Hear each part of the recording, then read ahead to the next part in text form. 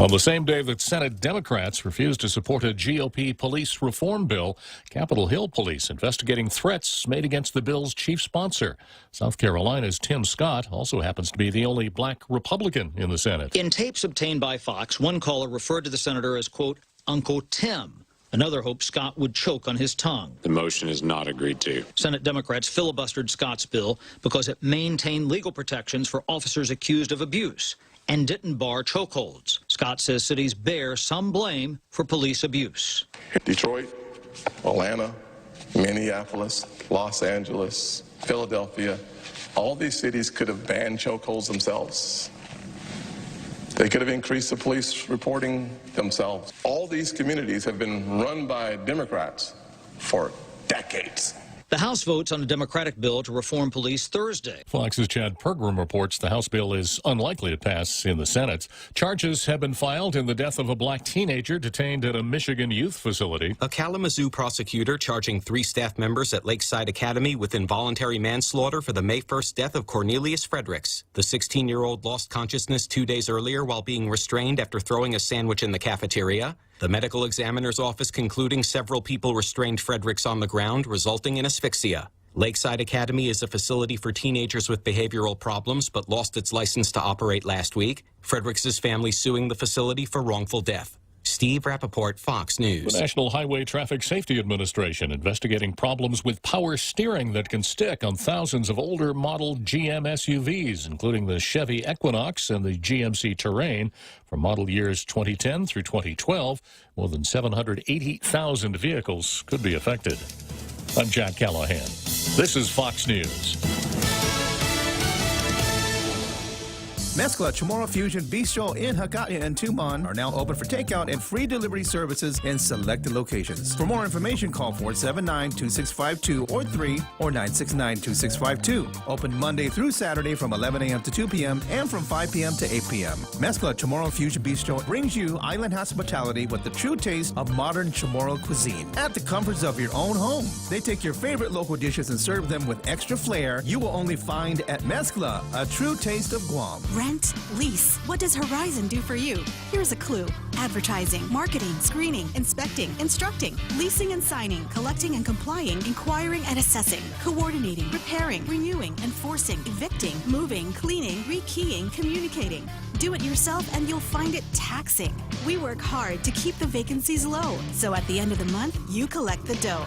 Proven and trusted. Horizon Properties. We do it all. 777-7792.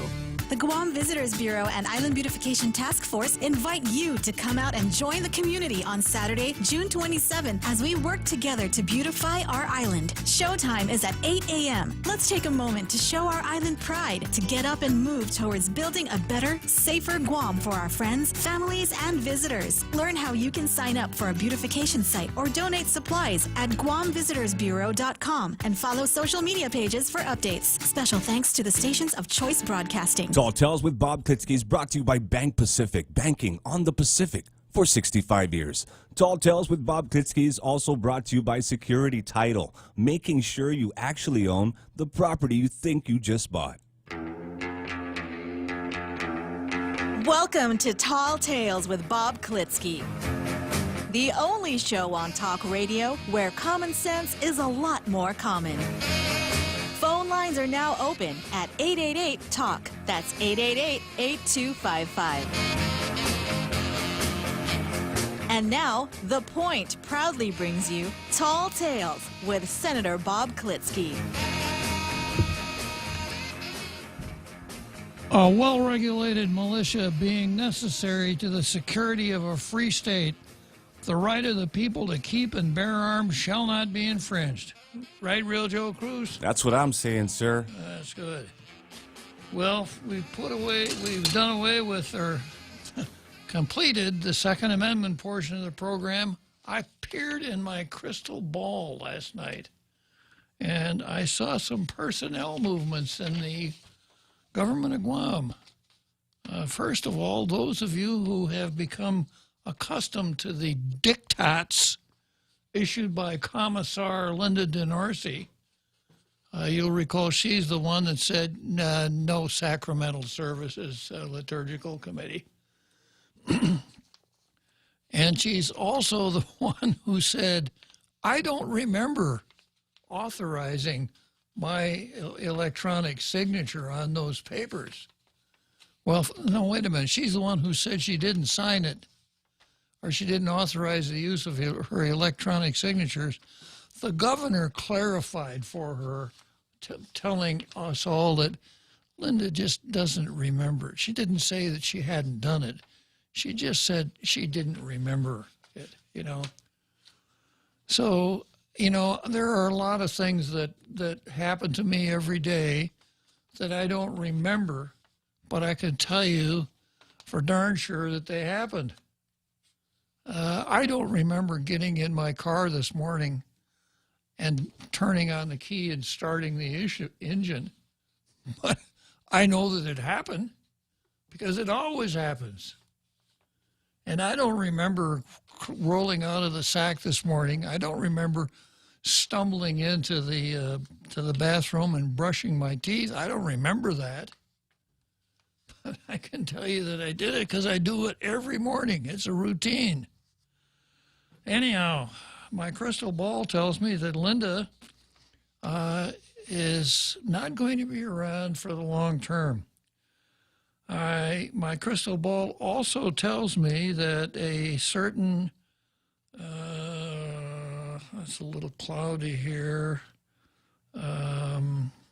Arlene Santos, who is at the Flores Memorial Library. She's not a librarian, but she's the top dog at the library. I don't know how you could be the librarian and not be the territorial librarian and not be a librarian.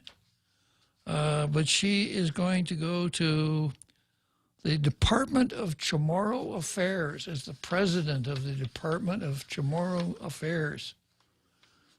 So, and then Anne Marie Arceo, who is now the president of the Department of Chamorro Affairs, behano y palawan para i Komisyon Gifino Chamorro. Yeah, Gostungo Fino Chamorro na si Anne Marie Arceo. Malig i palawan para i Titsonya na. Yeah, so that's what my crystal ball tells me today. Okay, so let's take a look at the card. Now, remember today we have a special, a very rare occasion. Okay. Huh? I was just expecting Zemi Kutney. Oh. I'm just a little. Yeah. Yeah, and well, you should. Yeah, here I go through this long spiel about I don't remember doing it, but I do it every day, and then I forget to do Zemi Kutney. Yeah, I'm just checking, sir. Yeah, let's do Zemi Kutney.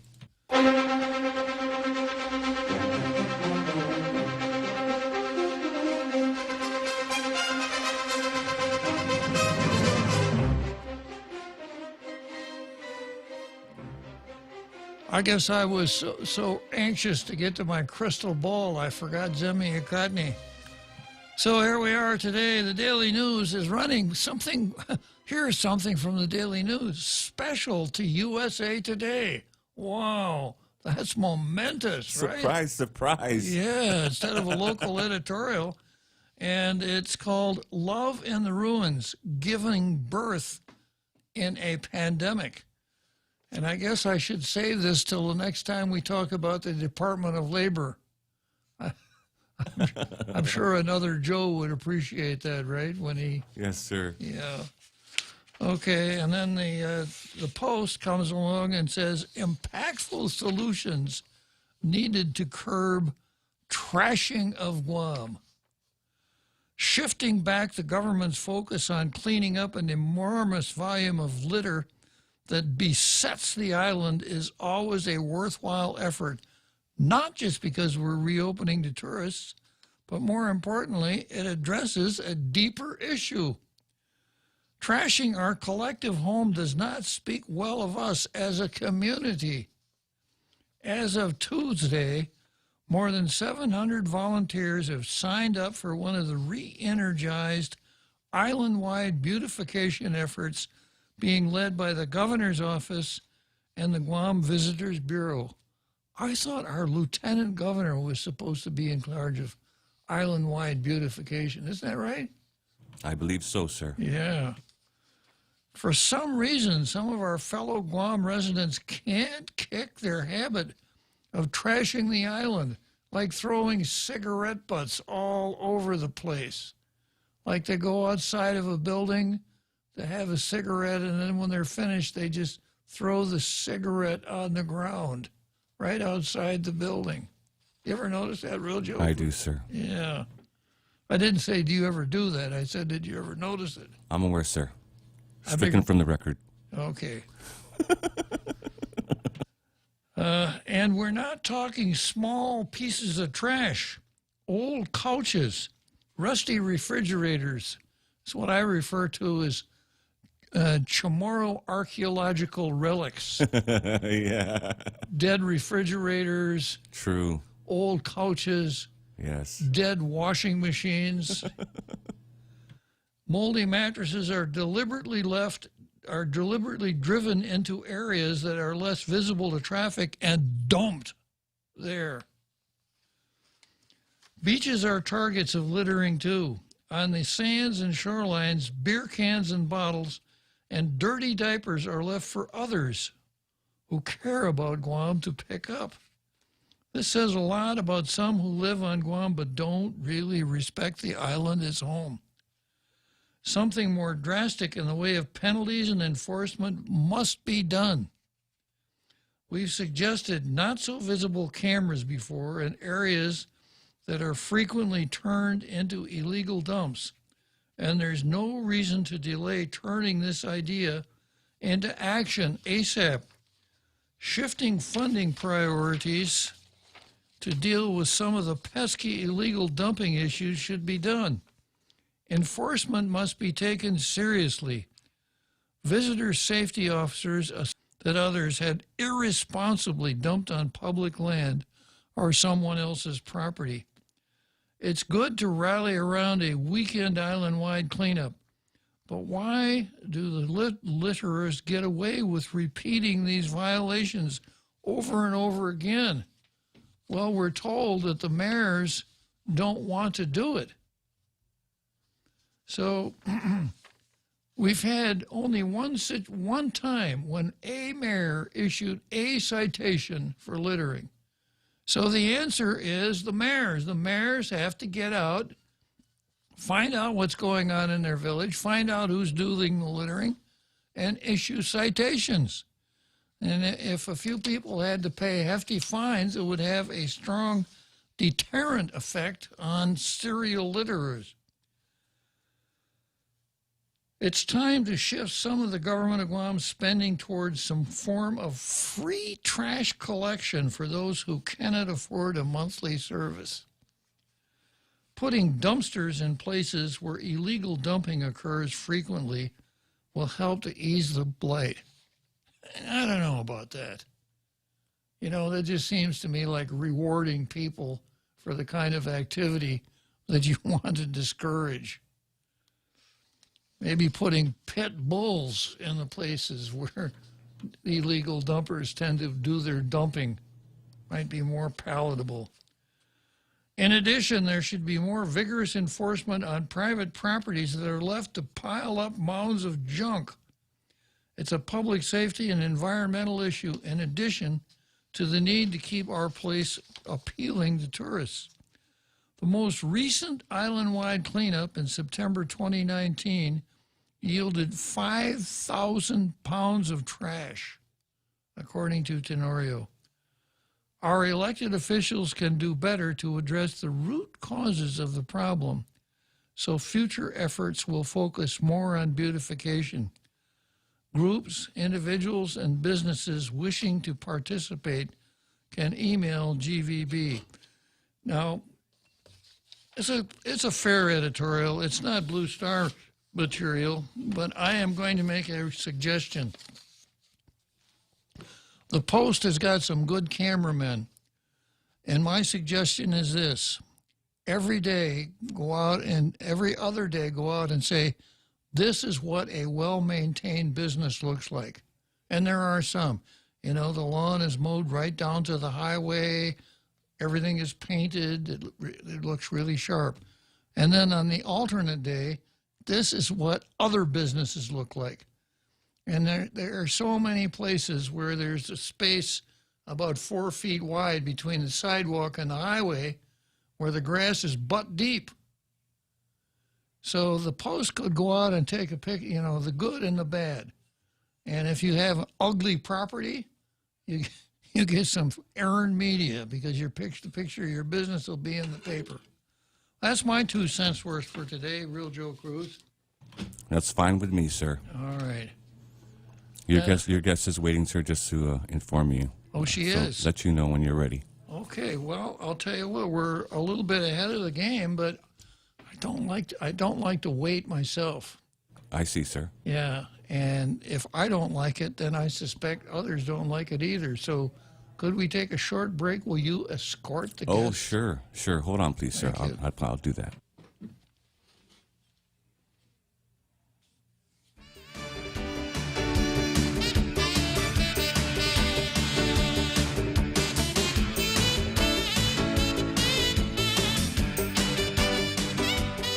The Extra Point with Jerry Roberts of Guam Training. Hi, I'm Jerry Roberts, and every day on The Ray Gibson Show, I get to comment on the incredibly diverse, fun, challenging, sometimes frustrating, often exciting, but always interesting world of work. I hope you'll be there with us. You can find daily transcripts of The Extra Point at GuamTraining.com. Tune in every weekday morning at 7:20 for The Extra Point with Jerry Roberts. Brought to you by Guahan Insurance Services and First Hawaiian Bank on 93.3 The Point. You've got a job to do. Having the right equipment for the job is critical, and East West Rental has the exact tools you need. Get it done faster with the right stuff, whether it's landscaping tools, concrete tools, lifts, trucks, lights, generators, trench boxes, welders, tents, tables, and chairs. They're here to help you tackle any project you're working on, big or small. Open Monday to Saturday, 7 to 5, closed Sundays. Find what you're looking for at East West Rental Center in Upper Tumon or call 646-1463.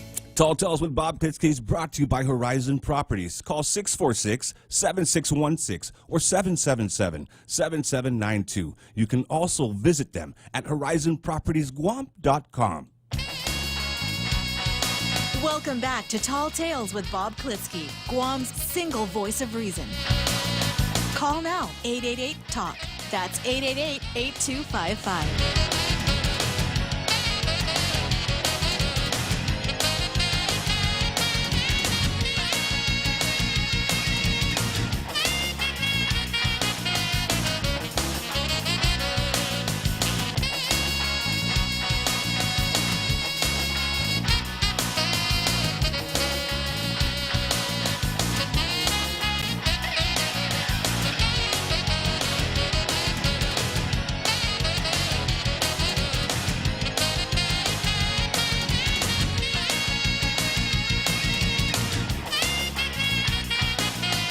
Okay, so here we are back on the air.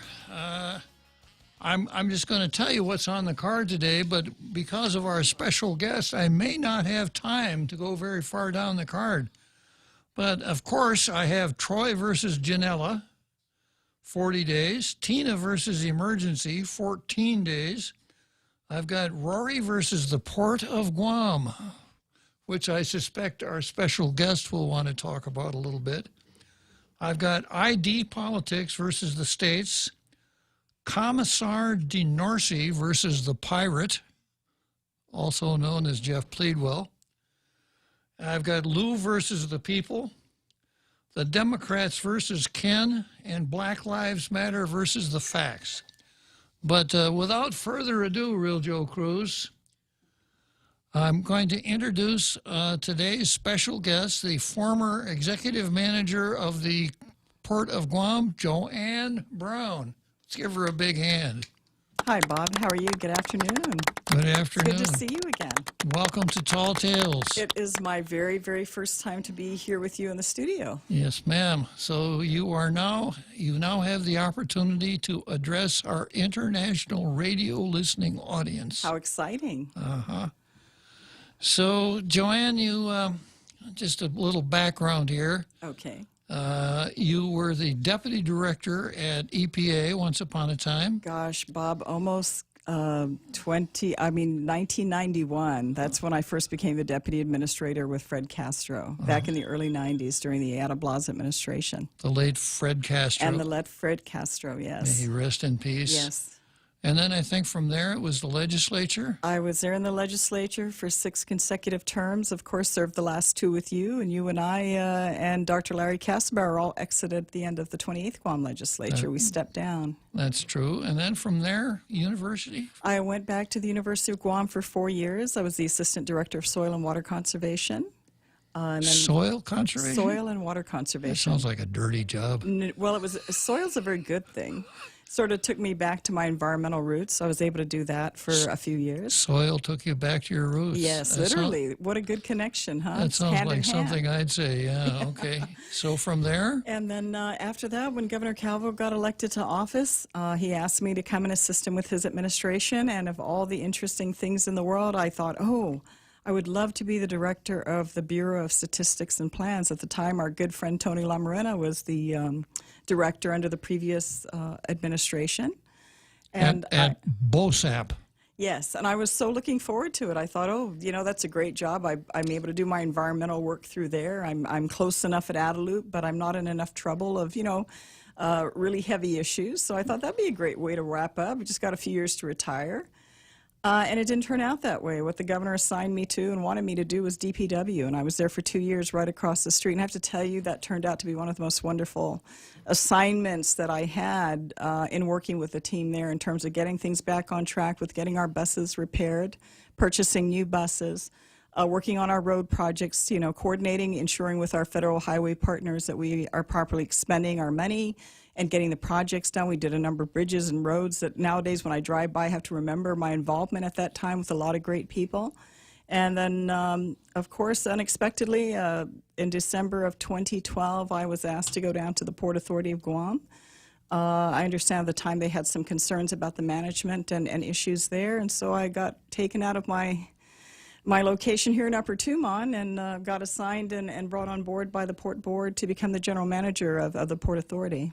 And you were there for? I was there for 6 years. Right now, I think I'm the longest-serving GM the Port of Guam has ever had in its history since the early 1970s. Okay. Well, let me give you a few minutes to explain to our international radio listening audience all of your accomplishments as the executive manager of the port. Well, I think one of the best things, surprisingly, with taking over at the time that I did is we had a lot of upgrades and improvements that were on the front burner, particularly in working with the Maritime Administration and U.S. Department of Defense with regards to the implementation of projects related to a $50 million amount. I can't say it's not a grant. It literally was funding that was provided to address upgrades needed to the port for the military buildup. So we did spend several years. In 2005, we actually were able to complete and execute all those projects on time and under budget. And the Port of Guam was recognized by Merit as well as Black Construction with Leonard Ka'ai and his team that actually was a construction company that was brought on board to do the work. So overall, we were very pleased with that because it brought a standard of operation that the port has never had in terms of upgrading its facilities, tearing down old facilities, ensuring also during the time that we were there to upgrade pretty much almost every area that our employees work, and the areas that we didn't, some of the warehouses that still, because again, they've been there since the late 60s, that needed additional work. We had already put aside funding in our bond financing, which is first time, I'm surprised as an autonomous agency, but that was the first time the Port of Guam in 2018 went out to procure a bond. We were able to get our finances to a level where we had the highest bond rating in the history of the government of Guam our first time out. And we were able to get a little over $72 million to address all for infrastructure. It's all intended to upgrade and improve infrastructure from H Wharf, which is referred to often as Hotel Wharf, address improvements to Gulf Pier, address improvements to existing facilities in Warehouse 1 and 2, upgrade the water lines, and of course, also build a new administrative building. Primarily to relocate the existing building that was built back in the 60s because there's definitely a need to expand the maintenance area. If you have any familiarity with the port, the maintenance warehouse is really literally behind the administrative building. And with all the additional infrastructure, including equipment, I mean, we did over probably $6+ million of new equipment acquisitions, from tractors to forklifts to top lifters. The largest inventory in terms of capability certainly the port would have ever had up until that point. So it's pretty much what I was involved in doing for the 6 years that I was there.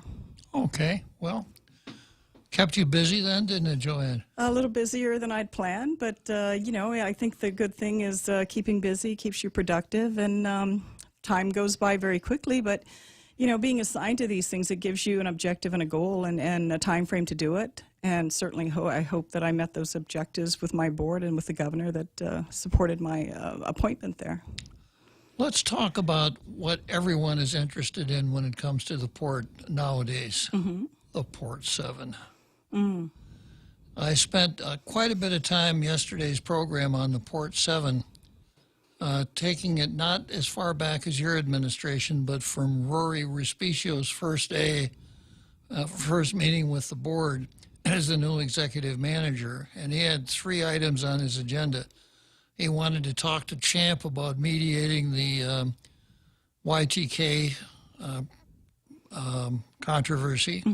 Fortunately, the board not only didn't want to do it, they didn't want him to even pursue it. He got a scolding from Oscar Calvo. He appointed Connie Brennan Shinohara to establish a task force to examine the terminations of the Port 7 to see if justice had been done. And then he wanted to get rid of Mike Phillips, which he did. And Mike's contract expired in July, and he got rid of Mike. And his explanation was, we don't need to hire expensive outside counsel. We could hire in-house counsel, a government employee, pay him, you know, $90,000, $100,000 a year. We'll save a lot of money. We'll contract with an off-island expert on maritime law issues, and this will be a whole lot better. Well, if you stood back and just listened, it sounded pretty good. I was far from convinced at the time that that Rory made these, what I thought were pretty dramatic proposals for a guy who was just putting stuff in his desk drawers. It hasn't turned out very well, because anyone following the news knows that the Port 7 have been back and forth to the Supreme Court. Phillips has won every case. Oftentimes they had to go to the Supreme Court to do it, Right. except for one. So he's done a pretty workmanlike job there. Well, the key case comes before the Civil Service Commission on July the 2nd. This would be the Port versus Bernadette Stern-Mano. And Bernadette Mano had made a 60-day motion. For those out there in our international radio listening audience, that means that if management is going to fire an employee, they have to give the employee notice of why he's to be fired, give him a chance to come in and tell his story, and the whole thing has to be wrapped up within 60 days from the day that management knew about the misconduct. Right. And if it's 61 days, then the employee wins. It's a really draconian rule. So Ms. Mano's lawyer made a 60-day rule motion a few years ago, and it was denied. So in the meantime, the Civil Service Commission has hired an administrative law judge. We're on their 3rd one now. We've had Todd Thompson, Fred Harecki, and now it's a gentleman named Eric Miller.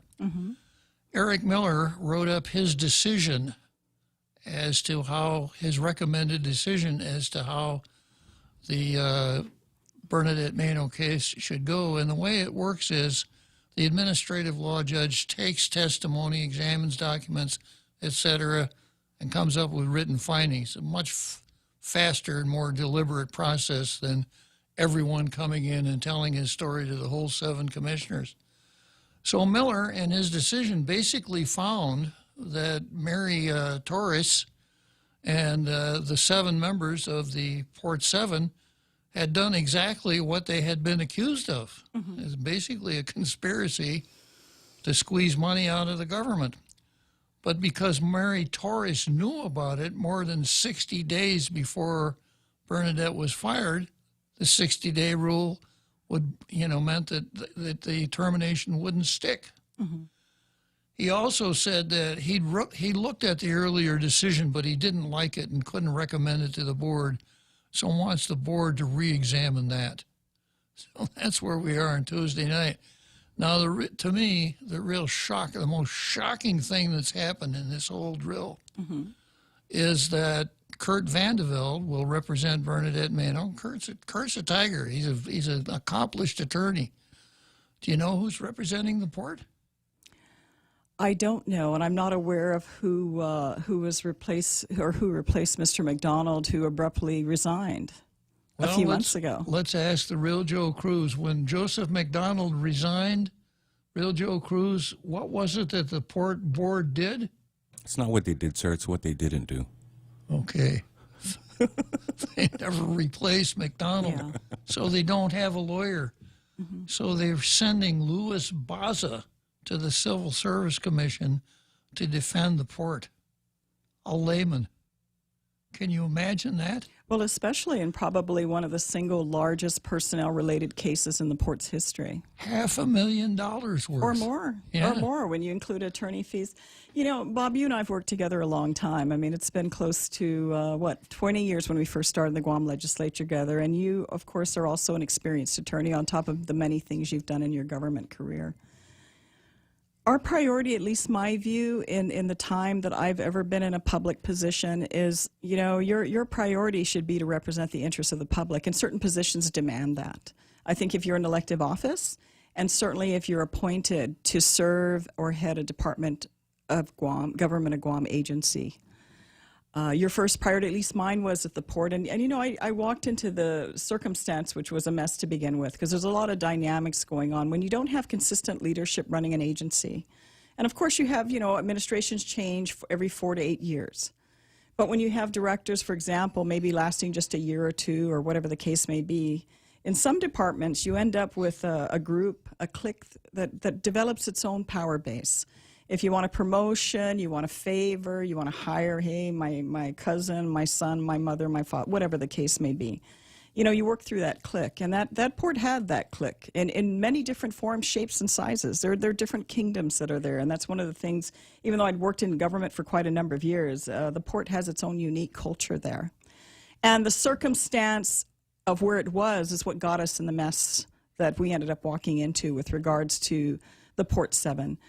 When you get right down to it, this particular case involving Ms. Meno did not have the proper documentation that is required. I mean, she's not the only case of regarding workers' comp. Obviously, the work at the port can sometimes be very dangerous, particularly for our people working out in the yard moving those containers. That's a big job for anyone.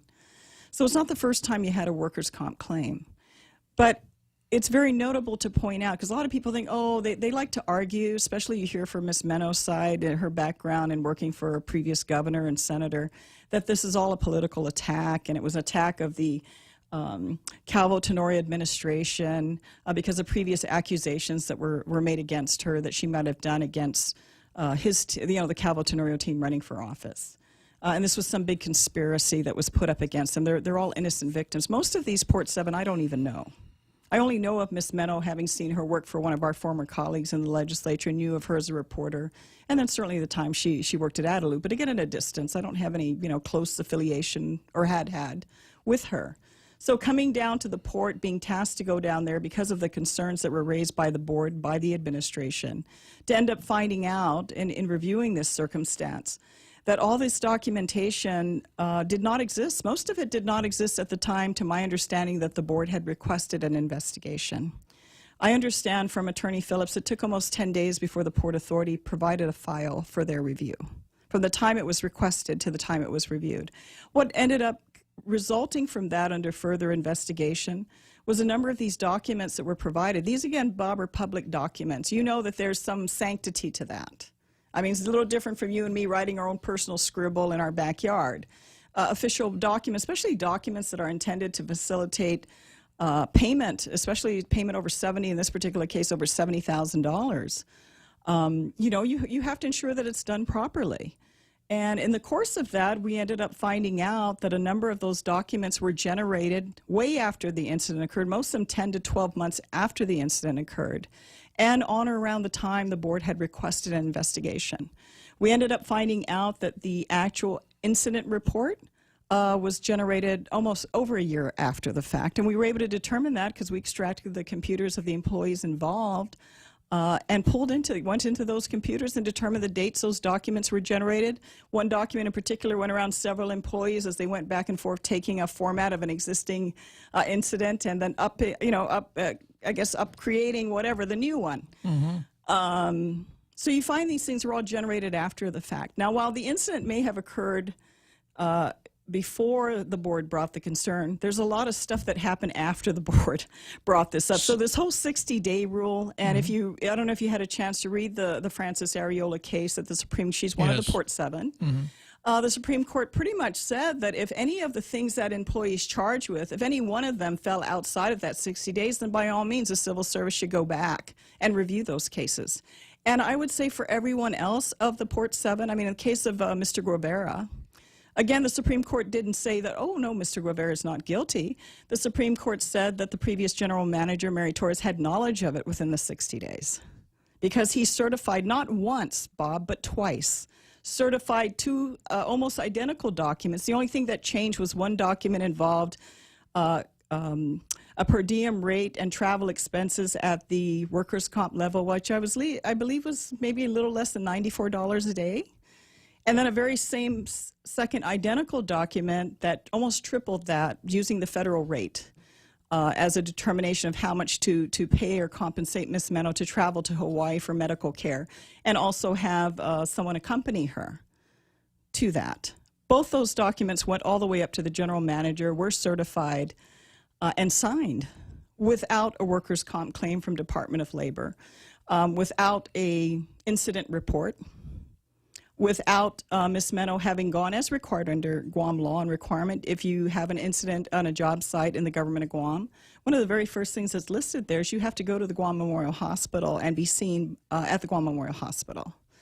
That didn't happen. We had a reported American Medical Clinic that she may have gone to, but even that document was falsified because we had an original copy of it, and then it was doctored up and falsified to cross out American Medical Clinic and put GMH in it. The only thing they forgot to change was to point out, which actually Governor Liu pointed out to me when I had one conversation with her only once since she's become governor, that they forgot to change the address. They didn't put GMH address. It still had the physical address of American Medical Clinic. So when you have these type of things going on, when you have, and I look at it very, very much this way, even though, you know, we can always point to the elected officials, the visible faces and names that we all see, the governor, the congressperson, whoever I feel that everyone who works for the government of Guam, I don't care, and I said this before, how important your title is or how unimportant you may think your title is. I think every employee that receives compensation from the people of Guam are public servants, and I think they should be held to the same standard. I think this view and this whole nonsense, we have 60 days, someone can commit a major crime against the people, and if you're 61 days, they get to walk scot-free. And not only that, you got to pay them back for not working and pay all their attorney fees. Matter of fact, while you're at it, give them a promotion. And I won't be surprised if they're compensating these individuals back at the high end of their increment as well. Is that something I think the people of Guam find acceptable? I don't think so. We certainly didn't find these actions acceptable when I was assigned to go down there. And I had no interest one way or the other with regards to these cases because I was not involved in them to begin with. But I had a very short time. I think I came to the port on the 10th or 11th of December, and by the 18th, made a decision on it based on the information that I had provided to me. So when I hear comments from the existing general manager claiming that, oh, these are all innocent people and they keep winning their cases, that's not true. And except for Guevara, which, again, the Supreme Court never said he wasn't guilty. I mean, he's a certifying officer. He's a certifying officer for the Port Authority of Guam, which is almost a $50+ million operation. Your main job as certifying officers to do exactly that, is to certify that the funds are there. But in that particular case, further review is the board had only, in the budget for that year at the time this incident occurred, had only authorized $30,000 in the budget. So how do you certify a request for over 70,000 plus, not once but twice, and there's no $70,000 available for that purpose. And you know the whole budget process. So how does that happen? Yeah. How does that happen? Well, that's what happened here. And so we ended up, I mean, my decision ultimately reviewing that was that, well, this did happen. And not only was it just individually bad things individual employees there did, but what they did collectively. And while people may think, oh, they're just after these people, when you look at the information, when you look at the email correspondences all the way up to Mary Torres as GM, even recognizing, because my understanding, again, I can only speak of what has been reported to me and what I've read from board transcripts prior to my time there, she had notified the board that they did have the documentation. But I guess when she went back to check, she found out they didn't have the documentation. And she has correspondence between herself and other personnel in the port acknowledging that. So it's not something I'm sitting here making up because I don't like Mary Torres, I don't like this person, I don't like that person.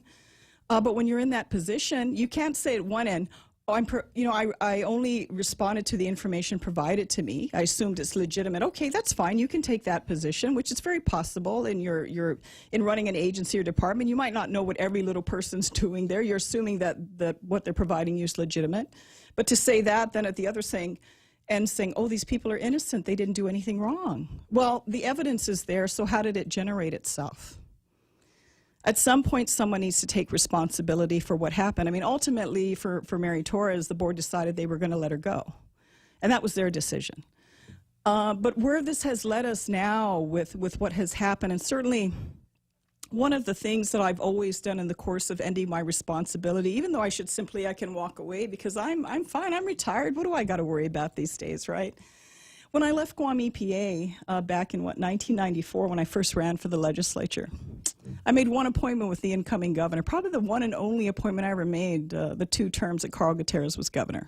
And that was to talk about the landfill. Because, well, it wasn't a landfill then, it was an open dump at ORDOT.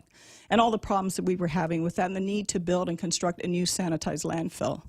And in the course of that, he goes, oh, you should meet Mr. Wagdy Gurgis. I'm like, who's Wagdy Gurgis? Next thing I know, I got a Mr. Wagdy Gurgis calling for an appointment. Next thing, it kind of perked my attention that I'm like, hear about. And I had heard that there was an interest with Gita at the time to move towards incineration. And so I requested a copy of this infamous incinerator contract. Spent one night reading it. It's like over 300-something pages. And Bob, I'm no attorney. You're the attorney. Spent all night reading it because, people perk my attention when certain things don't quite happen in order. And the interest to want to meet little old me, freshman senator, what the heck do I know? But when I read the contract, I said, this is a bad deal. This is a bad deal for the people of Guam. And people go, oh, you're just against incineration. I said, no, I think we can have a separate discussion about the technology of incineration and see, is that the best? Is that the most cost effective? Is that the most environmentally friendly? But this particular deal that saddles the people of Guam with pretty much every cost all the way up to the front door of this facility, and then once it's built and its time expires, becomes the property of the government of Guam with all the liabilities attached to it, I got a problem with that. And so I spent pretty much the 12 years in the Guam legislature fighting that case. The election before I left, I don't know if it's the 27th legislature, I remember the company, Wagdy's company partnered with Willabrator, a mainland solid waste company back in the mainland, and they spent an awful lot of time and an awful lot of money to go after Ben Pangilinan and I. Well, Ben and I, as you know, we don't always agree with everything with Ben, but in this particular case, we saw eye to eye with this issue and our concerns about it. And they spent that election campaigning against us. They spent money on TV ads, radio ads, print ads. They even translated, you comprehend Chamorro very well, Bob. I'm writing, driving up to Dededo to go wave, and I hear a Chamorro ad on the radio attacking me because I really don't care about the people of Guam because I don't want to close the burning dump in ORDOT where many of my own family members live in my re-election campaign. I have to thank them because I'm glad the people of Guam decided, you know what, we don't buy this, and they actually voted Ben and I even higher in our standing because of this, because we stood and fought. And I bring this up because, a little over a year and a half ago, it finally caught up with Wagdy Gurgis. I always thought the guy was crooked. The federal government finally caught up with him and finally got him on tax evasion. And it's unfortunate it took that long. But I don't take these stands just for the heck of it. I mean, I live here, my family lives here. I want to ensure that we have a good environment. But you look at the internal politics, you look at the self-interest, you look at the big money that's moving around, the big players that like to move the money. And they'll come after you. If you stand up to come after them, Bob, they will do their darndest to come after you. And I weathered that. I think you need to do what you think is right, and I think you need to speak up when you see something wrong. And unfortunately, right now, for whatever reason, and that's the one meeting I had with Governor Liu. Here we are, all these years later. I've had one meeting with her, probably my last meeting, on one-on-one since she became governor, to raise this very concern because of what was happening also with YTK. How does someone walk into an agency which they have almost no knowledge of, knowing that there's a major Supreme Court decision? We were waiting for the Supreme Court decision because the summer before, we had the arguments before the Supreme Court on this case, something that's been looming for 16 years, and claimed that, oh, I just had a casual passing with Mr. Calvo. And we had already, then he goes and asks the board chairman for $5,000 to pay for an arbitrator and schedules a meeting. And I think the only reason that meeting didn't move forth is because it became public, and all of a sudden, even though he was advised by counsel, I think he pretty much told counsel he didn't care for what counsel's thoughts were on this, and was intending to do it in spite of all that. How does someone be that irresponsible regarding public resources and that amount of money with no experience other than his agenda to cut a deal? Kind of makes it, brings you back to why he was so anxious to get rid of Mike Phillips and ultimately replace him with no one. Well, and then, I mean, Bob, I've got nothing against Louis Baza, Mr. Louis Baza, but Mr. Louis Baza was the chairman of the Civil Service Commission when most of these cases were being heard. And so they offer him a six-figure job, and now he's down at the port. I mean, I don't know if they think that by hiring Mr. Baza and his experience in civil service that somehow sanctifies, but he's not an attorney, and he's not a well-experienced attorney to address these cases and all the legalities, because right now the Civil Service Commission, and you know this, Bob, most people think the Civil Service Commission is a joke. They think that all that's going to happen is they're going to hear the case, and then they're going to hire them back, and then they're going to promote them. So I sat through, the only time I've ever sat through civil service hearing is at the Port Authority of Guam, even though I've had many adverse actions to deal with at Guam EPA and DPW. But in that particular case, and then to put Mr. Baza there and somehow think that that's gonna represent the interests of the public, you got to wonder the agenda. Okay, we'll come back to Mr. Baza right after we take a short break here, Real Joe Cruz. As we stand up to coronavirus by standing back with social distancing, Bank Pacific reminds you that you can come to the bank without going to the bank. Use many of our other delivery platforms like online banking at bankpacific.com, accessing cash at our ATMs, shopping with our debit cards. For businesses, we have secure cash and check drop windows, and we are employing a new smarter mobile app with remote deposit capture in the next few weeks. We're all in this together, and together we will win. Bank Pacific. Brothers put branches, we place roots. Member FDIC. As we emerge from the effects of the global pandemic, Security Title is rethinking how to best serve our customers. With our houses clean and closets reorganized, here's a reminder to take a look at the title to your house and other real estate. Is your trust in order? Is it time to update your wills? Do you have the best interest rate available on your home? As we get back to work, there's no better time to revisit your most valuable asset, your property. Call the professionals at Security Title. We are here to help. Tall Tales with Bob Klitzkie is brought to you by Mezcla Chamorro Fusion Bistro in Agotna, and they are open for dine-in, takeout, and delivery service from Monday through Saturday, 11 a.m. to 2 p.m. and 5 p.m. to 9 p.m. Call them at 479-2652. Get your Mezcla fix today.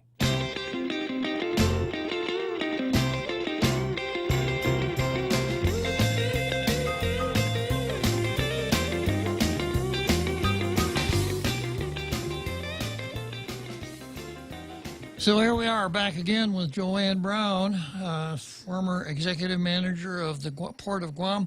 Real Joe Cruz, you just sent me a WhatsApp. Was that a story that ran in one of the papers? I believe so, sir. It just came out, I believe, minutes ago. I'm going to ask you to read the story. It's a little hard for me to read it with my steam-powered iPhone here. Okay, let me get to it, and then I will read it for you. Okay, it says breaking news, Port Board votes for justice for the Port 7. And then the story reads, by unanimous vote, the Port Authority of Guam Board of Directors voted to settle an 8-year-long dispute with the remaining 4 of the Port 7 employees. The employees were wrongfully terminated by Joanne Brown and the Calvo administration in what became the largest political witch hunt in government of Guam history. Ratepayers Ratepayers were forced to pay more than $7 million in legal fees to attorney Mike Phillips over the past 8 years in order for the Calvo administration to continue its witch hunt that was meritless. And you can assume where this came from. I got a pretty good idea. Sounds like a Port press release. Well, it sounds like a Candid News story. Right? Yeah. Doesn't sound like a legitimate news story that puts all views of the issues here. That sounds like the people charged, including one of them in particular, wrote it themselves. So let's take it at face value then. So all the remaining 4 are settled, including Bernadette Mano, which is on for hearing on Tuesday night. Bob, doesn't that make you wonder within a matter of days how the wheels are spinning so quickly for something that anyone in the best of days, if they're being responsible for the public, should really examine and review? The wheels are turning very quickly. And when I left the port last year and started to see the direction of where things were going, I was very public in speaking out that the agenda of this general manager, something I told the governor directly, is to pay these people off. The agenda of this general manager was to cut a deal on YTK and pay Mr. Champ Calvo for a contract that we believe was never legal in the first place. And this is what's happening now. This is what's happening today. And all I can say is I've repeatedly said, because people will say, oh, you just don't like, you're just being mean to these people. My view has always been to ensure public accountability. That's one of the things that motivated me to run for office in the first place all those many years ago when I first ran. Because you see these type of abuses and you see these type of deals that are cut.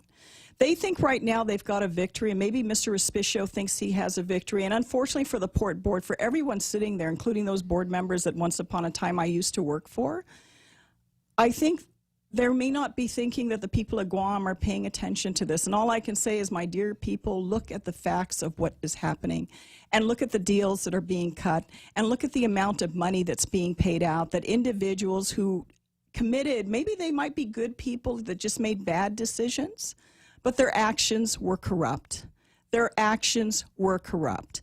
And for this administration to put in a general manager that had compromised ethics, because he was one of the first people to hire Ms. Meno when she was terminated, when he was a senator in the Guam legislature.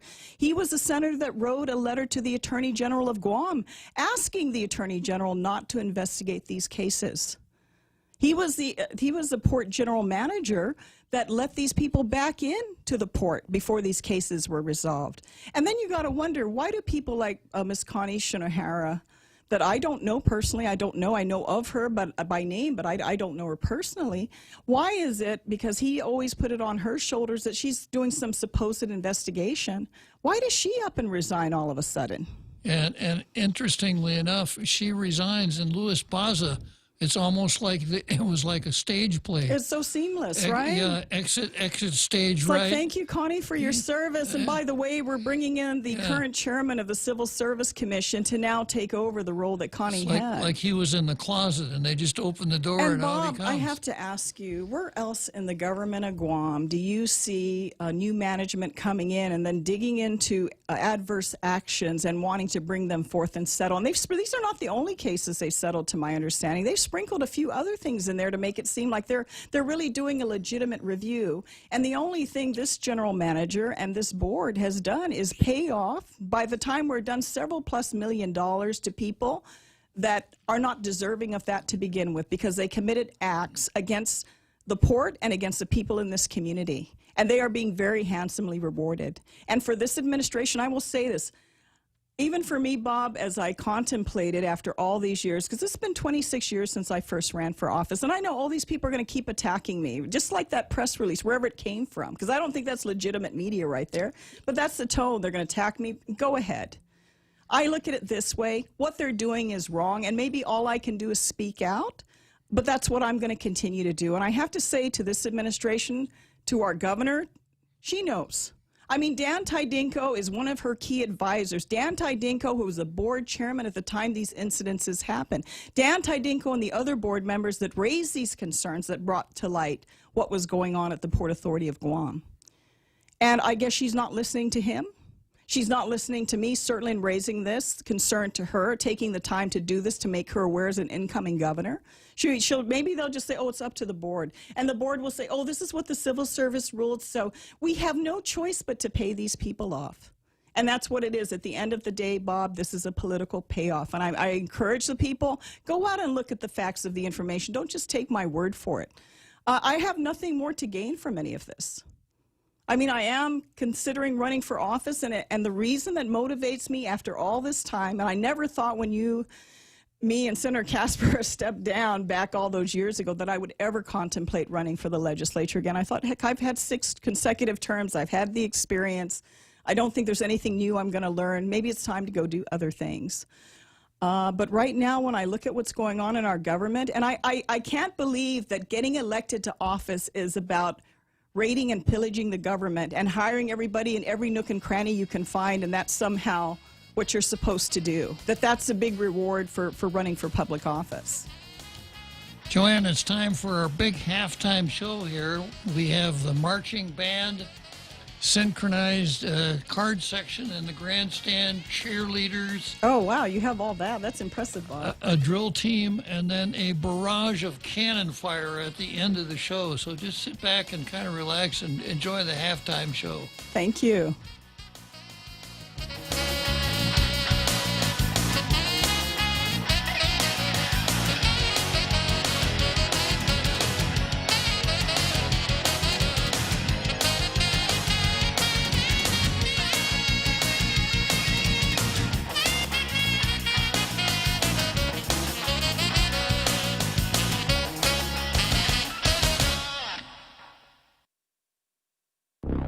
The Point is KUSG, Hagåtña, Guam, 93.3 FM and 104.3 HD3.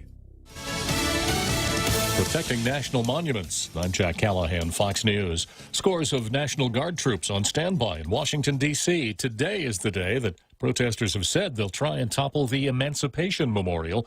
That's a statue of President Abraham Lincoln with a freed slave.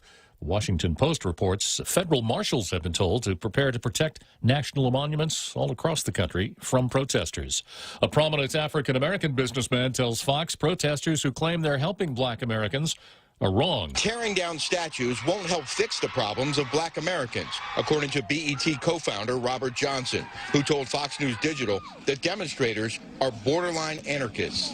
White people are doing with the idea that they're making us feel good is tantamount to rearranging the deck chairs on a racial Titanic. It absolutely means nothing. Johnson says the focus should be on closing the wealth gap and making sure that kids who can't afford to go to college get the money they need to do just that. Fox's Rick Leventhal. Today or tomorrow, President Trump is expected to sign an executive order calling for stiff punishment for those who vandalize federal property and urging states to protect historic statues. 3 police officers in Wilmington, North Carolina have been fired after some of their conversations recorded on a cruiser's dash cam revealed racist comments. The conversations included disrespectful language, hate-filled speech, and referring to black people as the N-word. Wilmington's Police Chief Donnie Williams, the district attorney, will investigate to see if the 3 broke any laws. Worries the new coronavirus cases could slow economic recovery pushed Wall Street lower on Wednesday. The Dow lost 710 points. Asian markets closing Thursday mostly lower. Dow futures down more than 160 points. America is listening to Fox News. Mezcla Chamorro Fusion Bistro in Hagåtña and Tumon are now open for takeout and free delivery services in selected locations. For more information, call 479-2652 or 3 or 969-2652. Open Monday through Saturday from 11 a.m. to 2 p.m. and from 5 p.m. to 8 p.m. Mezcla Chamorro Fusion Bistro brings you island hospitality with the true taste of modern Chamorro cuisine at the comforts of your own home. They take your favorite local dishes and serve them with extra flair you will only find at Mezcla, a true taste of Guam. Rent, lease. What does Horizon do for you? Here's a clue. Advertising, marketing, screening, inspecting, instructing, leasing and signing, collecting and complying, inquiring and assessing, coordinating, repairing, renewing, enforcing, evicting, moving, cleaning, rekeying, communicating. Do it yourself and you'll find it taxing. We work hard to keep the vacancies low, so at the end of the month, you collect the dough. Proven and trusted. Horizon Properties. We do it all. 777-7792. More federal charges against WikiLeaks founder. The new indictment from U.S. prosecutors charges Julian Assange of WikiLeaks was trying to recruit hackers to get classified information for his anti-secrecy website. They're also alleging Assange worked with hacking groups like Anonymous to publish emails taken from an American intelligence community consulting company. Assange's lawyers say the U.S. charges of espionage against him are politically motivated. Assange was arrested last year in London, and he's being held in the U.K. as a legal tussle continues over whether he should be extradited to the U.S. Jill Nato, Fox News. The man accused of killing nearly 24 people last summer at the Walmart in El Paso, Texas, expected to be indicted on another murder charge today. One of the victims wounded in the August shooting died from his wounds in April. Indictments have been handed up in the killing of a black jogger in Brunswick, Georgia. Greg McMichael, Travis McMichael, and William Roddy Bryan were indicted in Glynn County on malice and felony murder charges. Prosecutor Joyette Holmes. Another positive step, another great step for finding justice for Ahmaud, for finding justice for this family and the community beyond. Bryan's lawyer, Kevin Goff, says his client, who recorded the killing on his cell phone, committed no crime, but has lost a lot. His job, his home, his motor vehicle, and the tools of his trade that he has been forced to sell off. The indictment also includes counts of aggravated assault and false imprisonment. Gernal Scott, Fox News. Environmental regulators in California are scheduled to approve new rules today to force automakers to sell more electric work trucks and electric delivery vans. It's a first-of-its-kind rule aimed at helping that state clean up its worst-in-the-nation air quality. I'm Jack Callahan. This is Fox News. As we emerge from the effects of the global pandemic, Security Title is rethinking how to best serve our customers. With our houses clean and closets reorganized, here's a reminder to take a look at the title to your house and other real estate. Is your trust in order? Is it time to update your wills? Do you have the best interest rate available on your home? As we get back to work, there's no better time to revisit your most valuable asset, your property. Call the professionals at Security Title. We are here to help. The Guam Visitors Bureau and Island Beautification Task Force invite you to come out and join the community on Saturday, June 27th, as we work together to beautify our island. Showtime is at 8 a.m. Let's take a moment to show our island pride, to get up and move towards building a better, safer Guam for our friends, families, and visitors. Learn how you can sign up for a beautification site or donate supplies at GuamVisitorsBureau.com and follow social media pages for updates. Special thanks to the stations of Choice Broadcasting. You've got a job to do. Having the right equipment for the job is critical, and East West Rental has the exact tools you need. Get it done faster with the right stuff, whether it's landscaping tools, concrete tools, lifts, trucks, lights, generators, trench boxes, welders, tents, tables, and chairs. They're here to help you tackle any project you're working on, big or small. Open Monday to Saturday, 7 to 5, closed Sundays. Find what you're looking for at East West Rental Center in Upper Tumont or call 646-1463. Tall Tales with Bob Klitzkie is brought to you by Bank Pacific, banking on the Pacific for 65 years.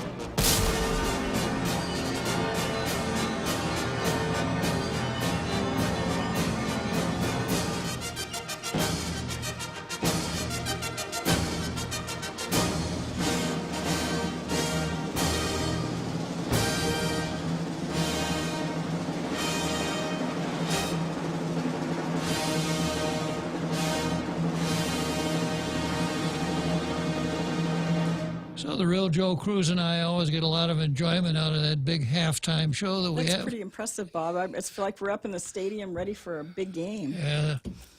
We do it every afternoon at 1700 at 5 o'clock. So now we're in the second half of Tall Tales, and I'm glad you can work us into your busy schedule. You seem to have an awful lot of good information about the port. and the Port 7, Joanne. So let me bounce this question off you that we were talking about during the halftime break. Port is about a $50 million operation, correct? It's close to that. I mean, you know, when I first started, there was about $42 million. I can't tell you as of the recent year what the revenue stream was, but as we had planned it with regards to our bond indenture, we anticipated that revenue would increase. We also worked through the PUC to have our rates put in place to be able to address the additional growth and bond covenant payments that we needed to make. So it was the hope that the revenue will continue to go up. I don't know how things may have transacted in the last few months, certainly with probably what is a very expected decrease of cargo coming into the island just simply because of the downturn in the economy and less demand for, you know, without our tourists here and all the other activity that we would normally have since earlier this year. I won't be surprised if there at some point may be a decrease, unless there's other economic activity on the military bases that might bring those numbers up. So at a $50 million a year organization, and there are 7 members on the port board, is that correct, or is it 5? Well, we had 5. 5. We had 5 board members. So what can we say about 5 board members who would allow a $500,000 case to go before the Civil Service Commission, where the port is represented by a layman? I don't even know what to say. I'm dumbfounded by it, Bob, because if your interest again is to protect the interests of the port, if your interest is to protect the public interest, you're going to want to make sure you have the best legal representation you possibly can to ensure that the port is protected. My understanding, I was not there, but my understanding is if they did indeed send Mr. Baza is not an attorney to my knowledge, and he's definitely not an experienced attorney. He may have been the chairman of the Civil Service Commission. That doesn't make him an expert on these issues.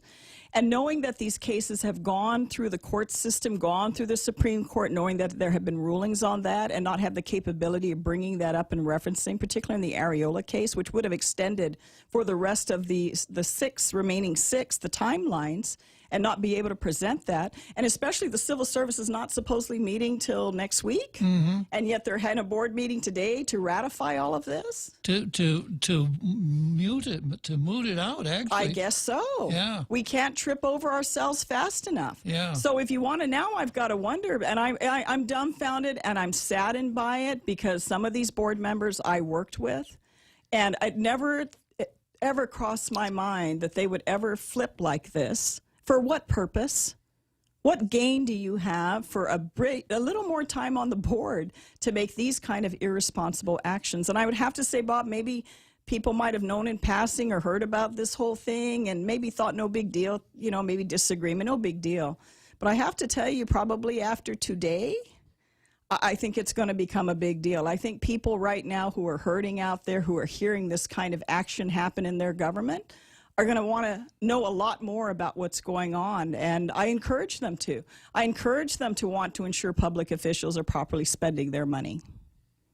And right now, I don't see that happening. I think a lot of irresponsible actions are happening, and it's happening during this administration and during this current leadership.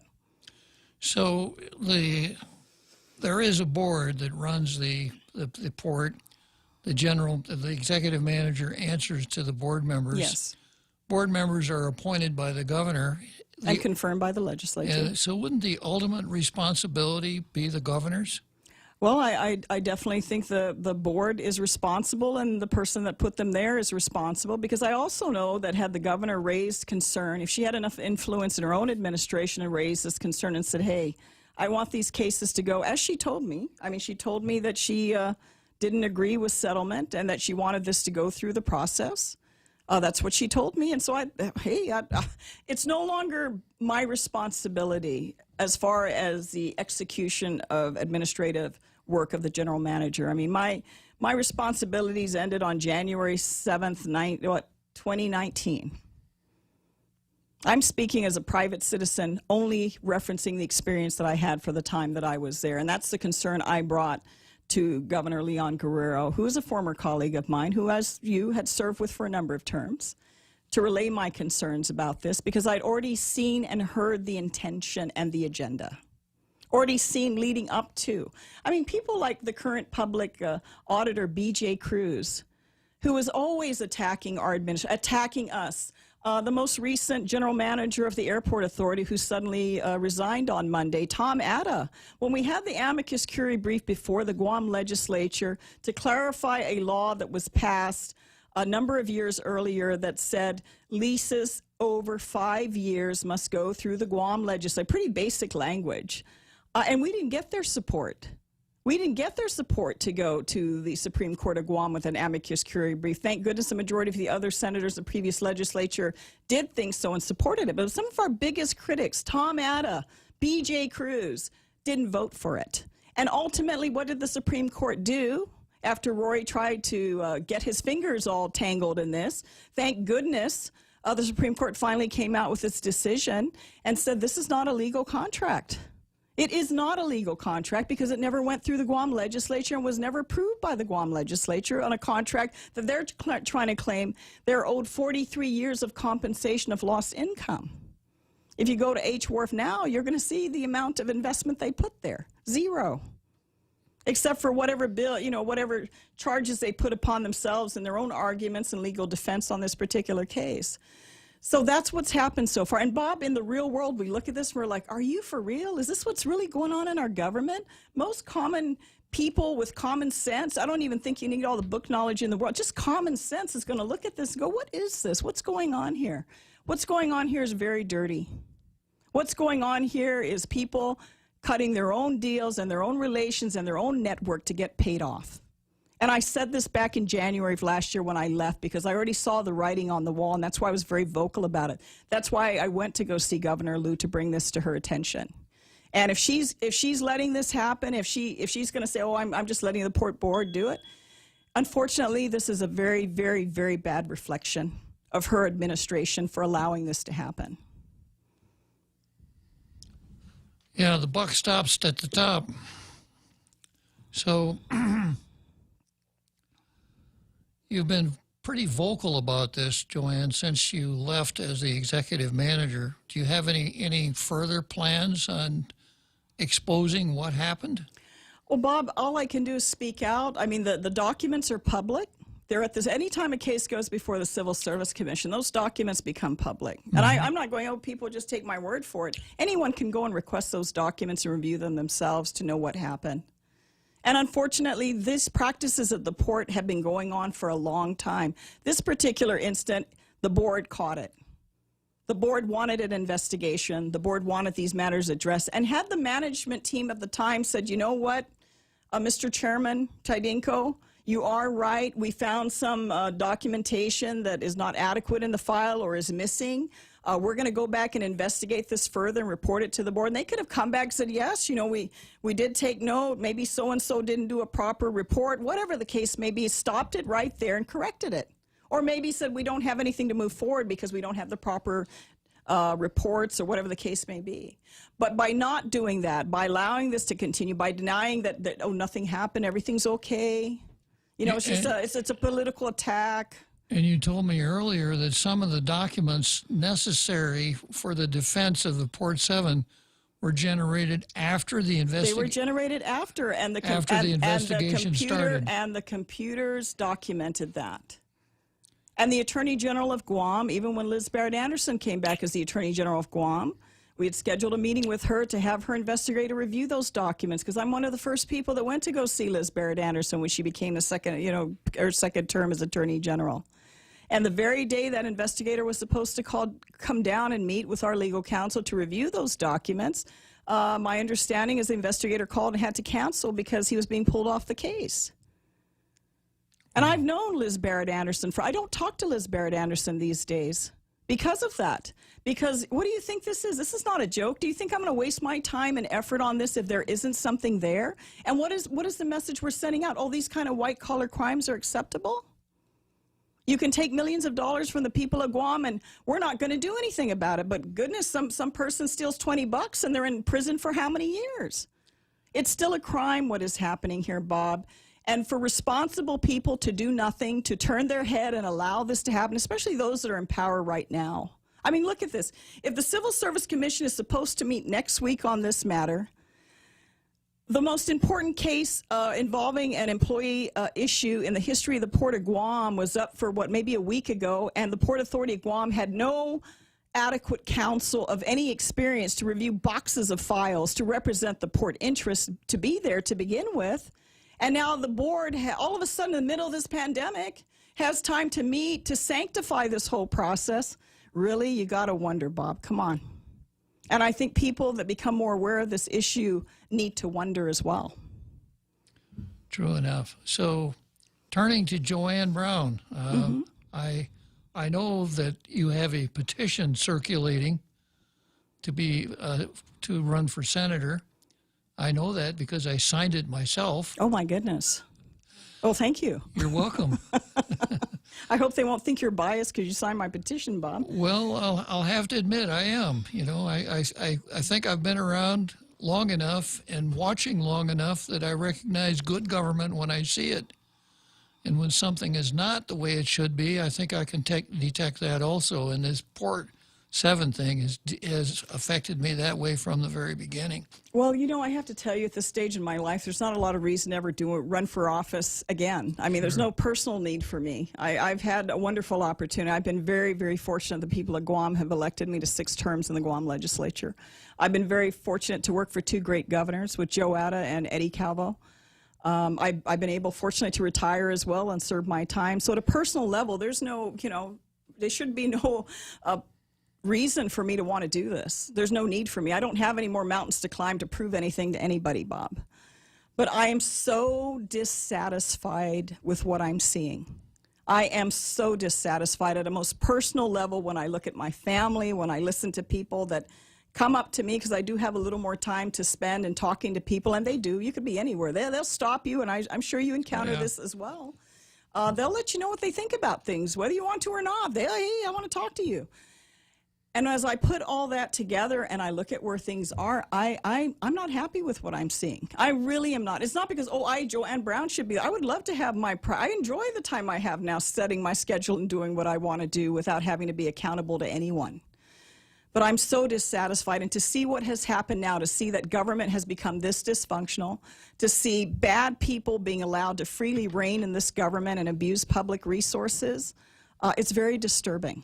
It's very disturbing to me to see this. I think the one saving grace of the Port 7 is that so far it hasn't appeared that any of their activities took place on the 19th floor.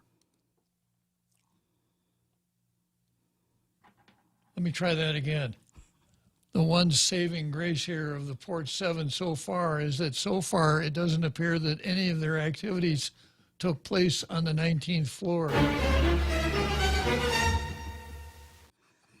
Yeah, the port's only 2 stories high, so I don't think there's a 19th floor down there. So let's fast forward to January of 2021. Senator Brown has taken the oath of office. What can you tell me about the approach of Senator Brown to her duties?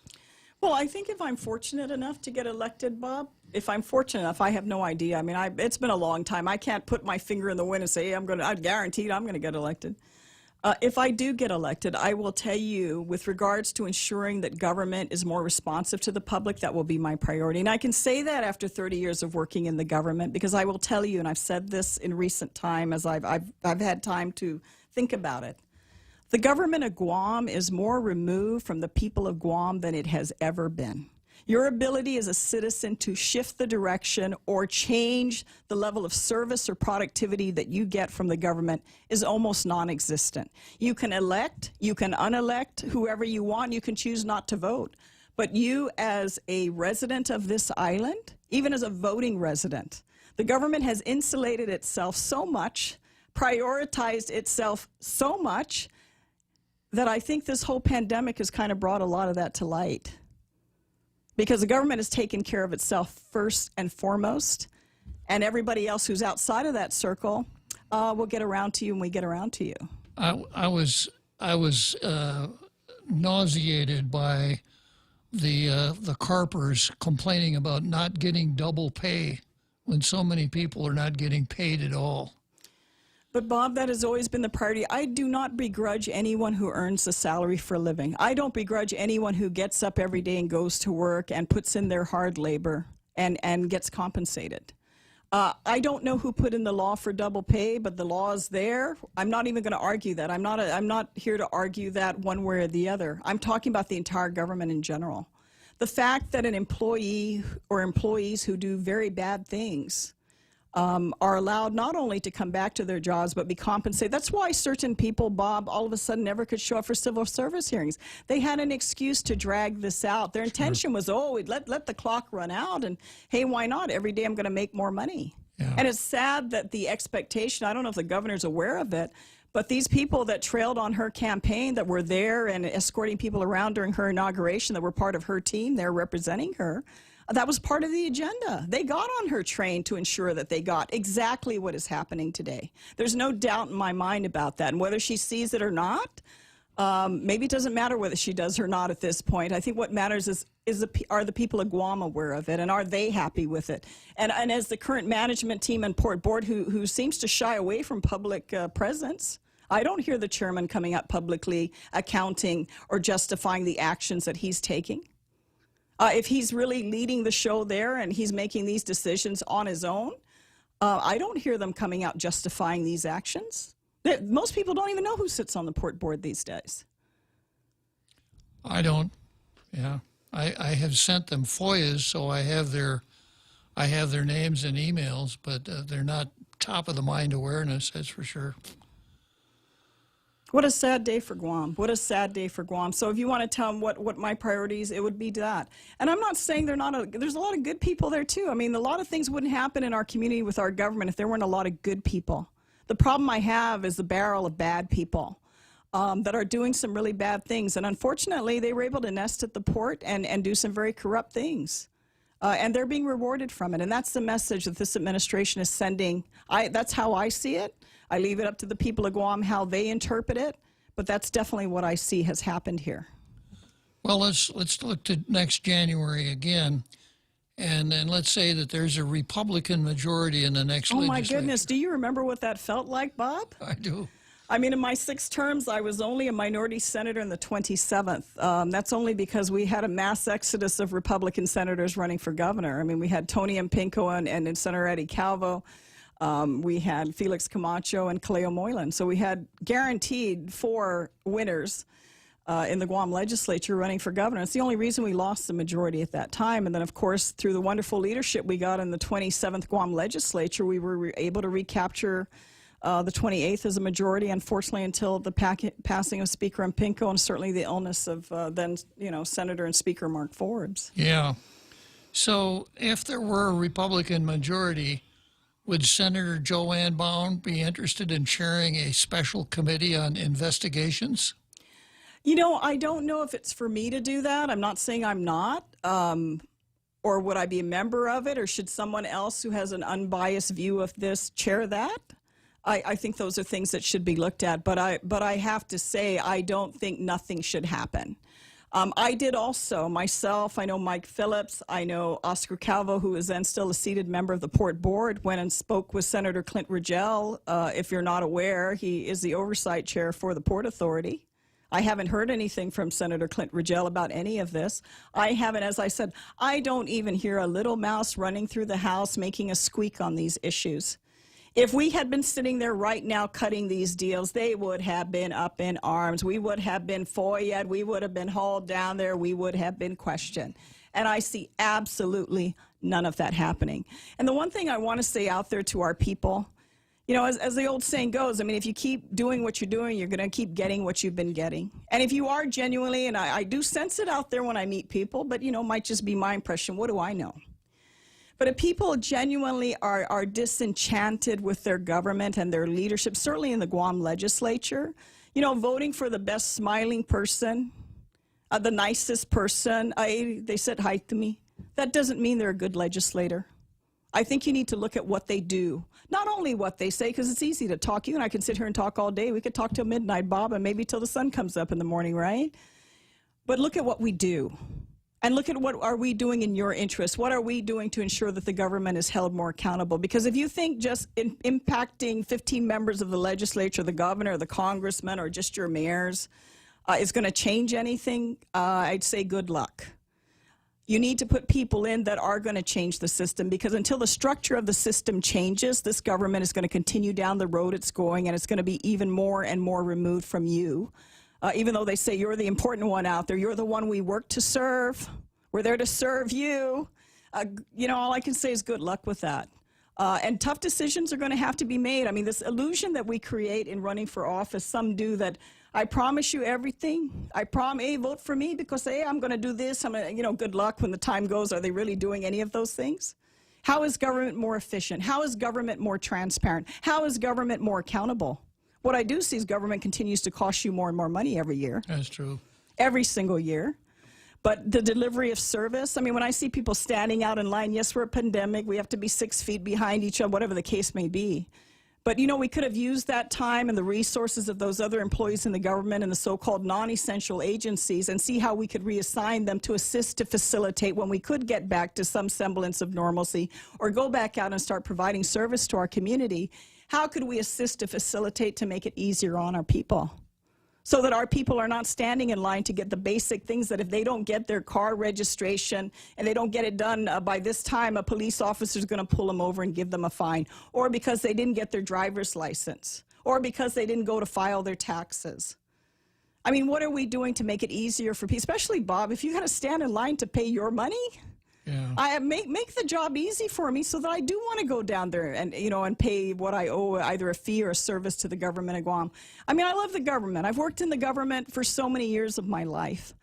But I also see that the way it's been structured over the years, because of all the people that have run who've made all these promises. I never promised when I run for office.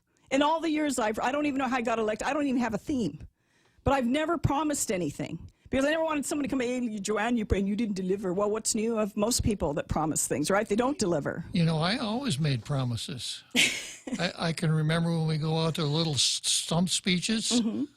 My rap was like this, you vote for me, things are going to be a lot better for you. When you go to renew your driver's license, you're not only going to get a new driver's license, you're going to get a new Lexus. That's a big promise. Yeah. That's a very big, expensive promise, Bob. Yeah. And when you're driving down the road, it won't be blacktop. It'll be paved with gold. Oh, boy. I just want asphalt. I just want smooth asphalt. That's good enough for me. So here we are. This is called the 7th inning stretch, Joanne. Oh, my goodness. The Extra Point with Jerry Roberts of Guam Training. Hi, I'm Jerry Roberts, and every day on The Ray Gibson Show, I get to comment on the incredibly diverse, fun, challenging, sometimes frustrating, often exciting, but always interesting world of work. I hope you'll be there with us. You can find daily transcripts of The Extra Point at guamtraining.com. Tune in every weekday morning at 7:20 for The Extra Point with Jerry Roberts, brought to you by Guahan Insurance Services and First Hawaiian Bank on 93.3 The Point. As we stand up to coronavirus by standing back with social distancing, Bank Pacific reminds you that you can come to the bank without going to the bank.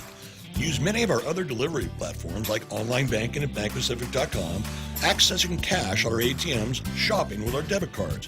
For businesses, we have secure cash and check drop windows, and we are employing a new smarter mobile app with remote deposit capture in the next few weeks.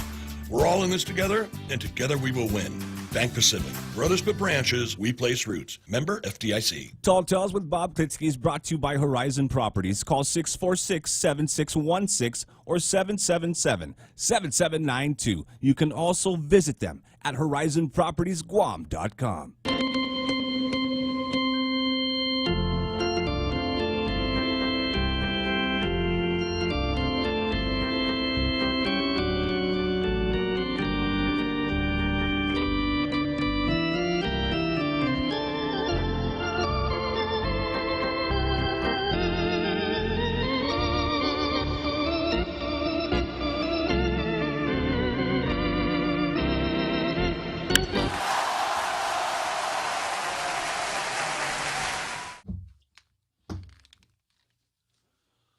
Okay, so 7th inning stretch. Did I miss the 7th inning stretch, real Joe Cruz?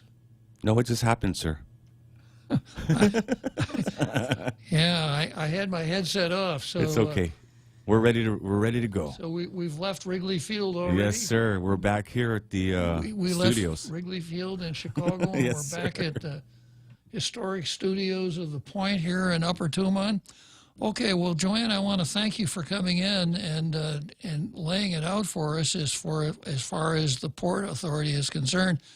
It's a really interesting story, and I'd like to tell you it's a good story, but unfortunately, I think it's a sad story. I agree. I think it's very sad, and I think the ones left holding the bag are going to be the people in our community. Yeah.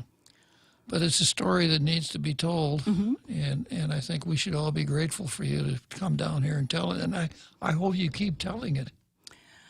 Well, Bob, I'm going to do the best I can. I mean, I think people just need to be more aware of what their government's doing, including the very irresponsible, illegal, corrupt actions that are happening out there. Okay. But thanks. I've enjoyed this. You and I don't get to, we haven't been able over the years to spend as much time. I know earlier we had our luncheon with Larry, and we got to sit down and be able to do that again as things settle. Really? Be good to catch up. Right. Okay, Joanne. Well, once again, thanks for coming in. Thank you. And oh, let's give thanks her for a the big round. applause. Oh, my goodness. I don't think I've ever gotten applause. Thank you for that. It's nice to be able to meet the real Joe Cruz. Wow. I appreciate it, Bob. The real Joe Cruz is very enthusiastic. About Very it. much so. Thank you. You made my day. You're But welcome. It's always good to see you and good to meet you as well. Thanks, Bob. Okay, Joanne. You So take long. care. All right. Okay, so here we are. Breaking with tradition, having a guest here on Tall Tales. I think it was well worth the break in tradition because we had a guest that had an extremely interesting story to tell us. And I could understand why there were no calls during the time that Joanne Brown was here, because I think everybody was hanging on her every word, listening to her. But the phone lines are open, 888-825, as you were, 8255. And if you want to make any comments on anything that former Senator Brown made, this would be a good time to do it. And, of course, who do I have on the line but another Joe? Good afternoon, another Joe. Thank you, Bob. I have to admit, I missed about maybe half of it. I caught the beginning of it. And the first impression was it was intense. And I'm guessing it probably went throughout the entire interview. It did. It was a very intense interview. And so, but my first impression is lots of information to digest, and there's different sites to look into for due diligence. But what got my attention was there's a certain timeline. There's a required timing. Statutory. I don't know. Is that what I'm looking for? Statute of limitations, another Statute Joe. of limitations. Yeah. Yeah, statute of limits, and you have to be conscious to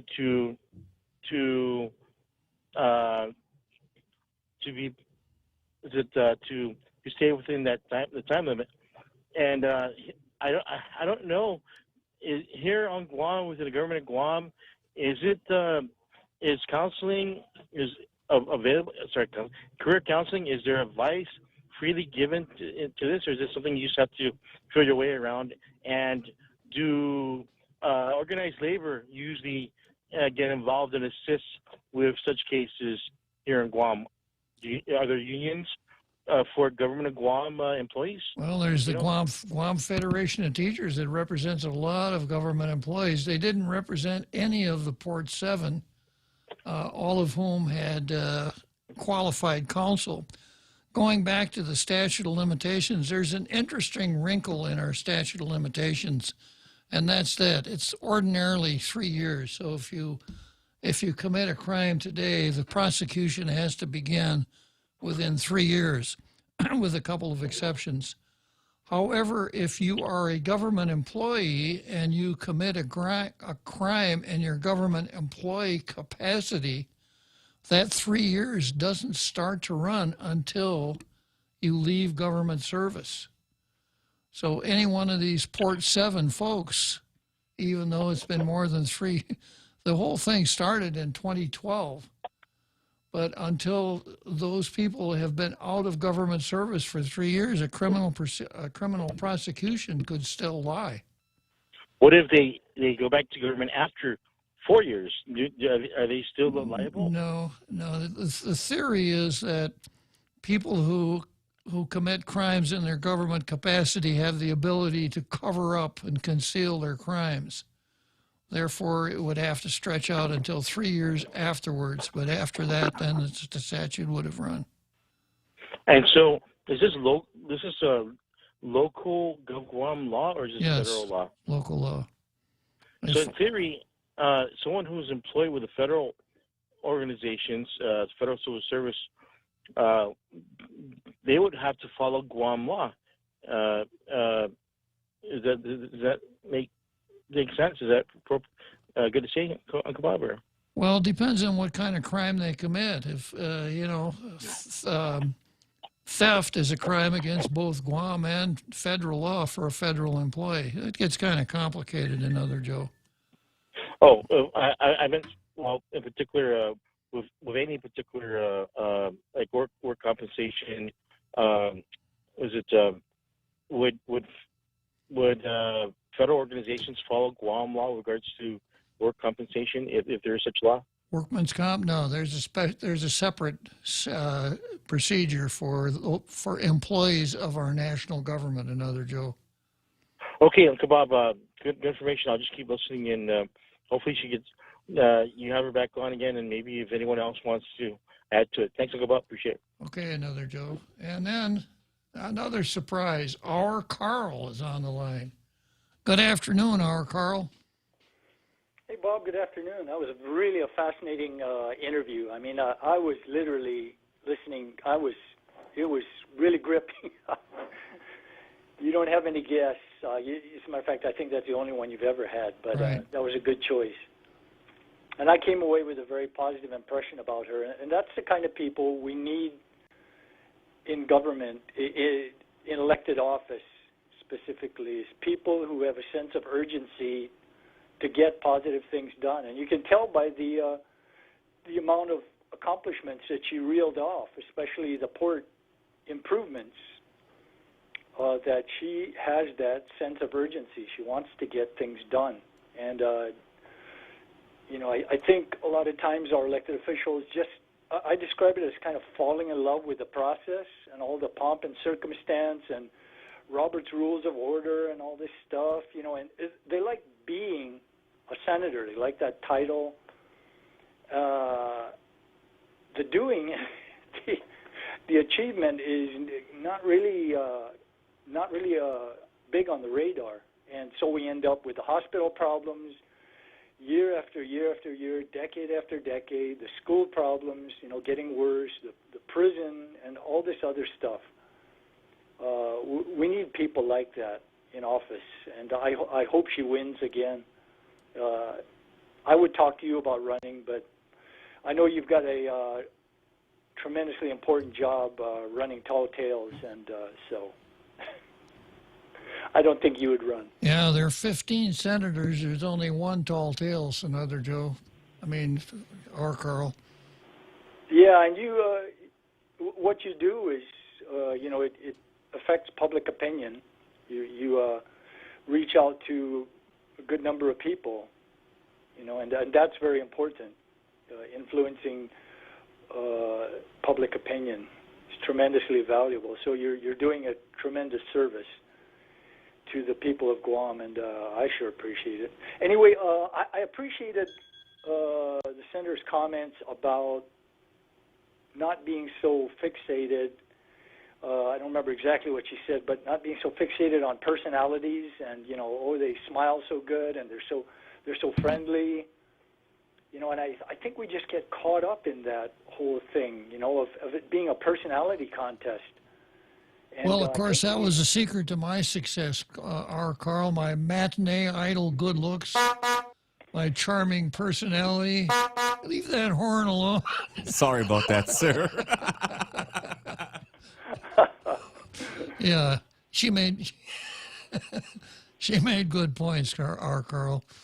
Yeah, and I hope that more and more of the voters start to look on voting as employers. You know, employers, especially good employers, what they look for when they look at a job application and an interview, they want to know not the job you held, but what did you do when you were there? You know, did you cut costs? Did you increase efficiencies? Did you grow the company revenue by 20% or 50% or 100%? Here's another way of looking at it. I think that the average person is looking for someone who will say yes. Yes, because most senatorial candidates want to go out and tell you how much better their lives will be if you elect them. So the idea is, to be generous and forthcoming, et cetera. When I think in a lot of cases we'd be better off, instead of looking for someone who's good at saying yes, we need some people who say no. Or some people like Joanne Brown who'd say, hell no. We're not going to do that because it doesn't make sense, or we can't afford it, or it's bad policy or something. Some of you guys over there might like it, but I got to tell you no. Yeah, and I think the best indicator of that is how they performed in the past positions they've held.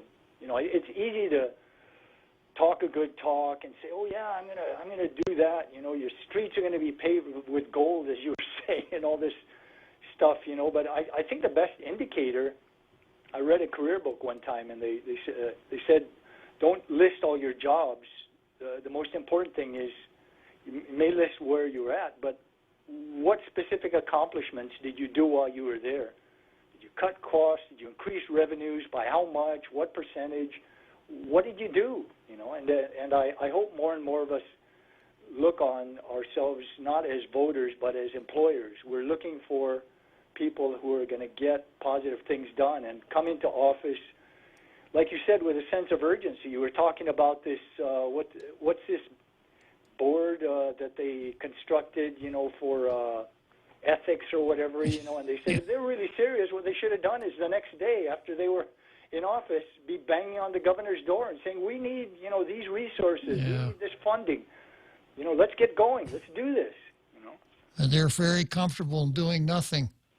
Exactly. In fact, I think their inattention to duty is almost an ethical violation itself. Yeah, which is how we end up in the position we are with the hospital, and that's real life and death circumstances. Our families go there. People die there. My wife almost died there. So there are real life and death circumstances for treating votes as a personality contest instead of as hiring the most competent, most achievement-oriented persons that we can find, female or male. Just look at their record. What have they done? Anyway, Bob, thanks for allowing me to have my brief rant. I do appreciate it. I feel much better now. Okay, it's always good to talk to you, R. Carl. So that was our Carl, and next I have our Fred. Hello, Good our afternoon. Good afternoon, Bob. How you doing? I'm doing great, our Fred. All right. I'm glad you had a few minutes for the public because there's a lot of public input you need also. Hey, I want to start off with I think there's a definition. They say, what is the definition of a fool? I think that's how it starts. And it's a person doing the same thing every day, but expecting a different outcome. Mm-hmm. Now, I thought, I watch Ray's. I listen to Ray's show religiously, and I think he was mentioning, which I agree with him, and I think you've mentioned it too, that I thought we were replacing the legislature with all new people so that we can have a different outcome instead of the same outcome every 2 years. I see what we're doing here is just playing musical senators or musical directors. They keep changing and being appointed to different areas, and career politicians just keep coming back, and the people are expecting a different outcome. I thought, Ray also said it was time for an overhaul. Mm-hmm. We can't have any incumbents in there. It's time to all new senators,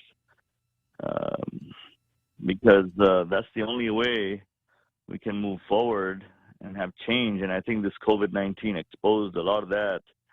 And I think one thing you and Ray are doing are making sure the public does not forget how March, April, and May and June is going for the people of Guam.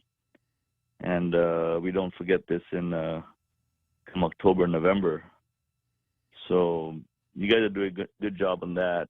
So that's all I want to say is if Guam wants change, the people want change, you got to put all new people in there. Well, otherwise, don't expect anything different. I'm for that, Alfred.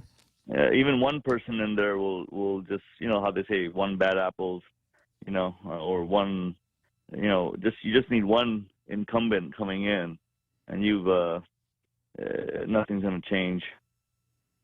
So, yeah, maybe you can shed some light on that. I'll work on it, Alfred. Thank you, Bob. All right. Okay. Good Have a good day, Bob. Okay, so coming up here in the home stretch, I got an incoming call here, which I will take right after it's another Joe taking another ride on the Ferris wheel. Okay, another Joe, as soon as we leave Churchill Downs, it'll be your turn. You can ride the horse. Everyone has a busy schedule these days, and sometimes we forget to schedule our routine dental checkup and cleaning. Don't neglect your dental health. Schedule one today with Dr. Robert Yang and his Smile Team, conveniently located at the East West Business Center on Marine Drive, Upper Tumon. Call us today at 647-8702 or 3. Again, that's 647-8702 or 647-8703. We make smiles happen. You've got a job to do. Having the right equipment for the job is critical, and East West Rental has the exact tools you need. Get it done faster with the right stuff, whether it's landscaping tools, concrete tools, lifts, trucks, lights, generators, trench boxes, welders, tents, tables, and chairs. They're here to help you tackle any project you're working on, big or small. Open Monday to Saturday, 7 to 5, closed Sundays. Find what you're looking for at East West Rental Center in Upper Tumon or call 646-1463. Tall Tales with Bob Klitzkie is brought to you by Bank Pacific, banking on the Pacific for 65 years.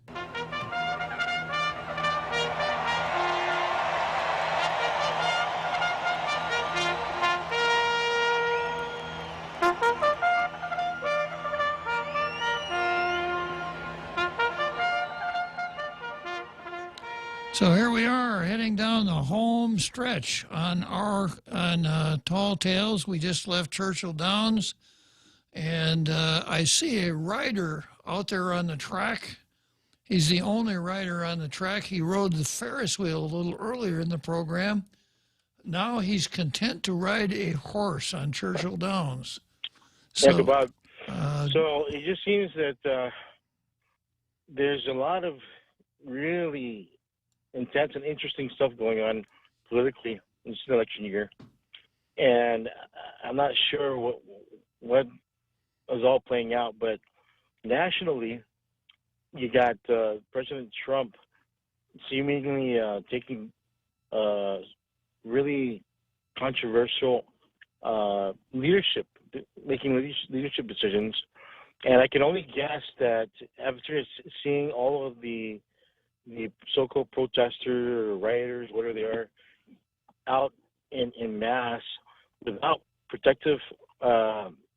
personal protective equipment, without masks, and going around and possibly this being part of the cause of a spike in different states, that Trump is probably, I don't know, we call it, did the calculus already and determined, well, there's already been exposure, and this is a certain demographic of, I don't know, millennials or whatever, the younger generation. They're all exposed to each other because they're all meeting each other. Regardless of what steps you take to put in personal protection equipment and social distancing, they're all exposing each other due to their circle of friends, so to speak, in their generation. And so the important thing is he needs to mobilize his supporters to make sure that they know what they need to do to get out and vote and to keep him in office. So it's going to be a very interesting, to say the least, election this year, Uncle Bob. And I think so many people are testing him to see what he'll do in the opposition. So it's going to be a real seat, you're at the edge of your seat sort of a feeling.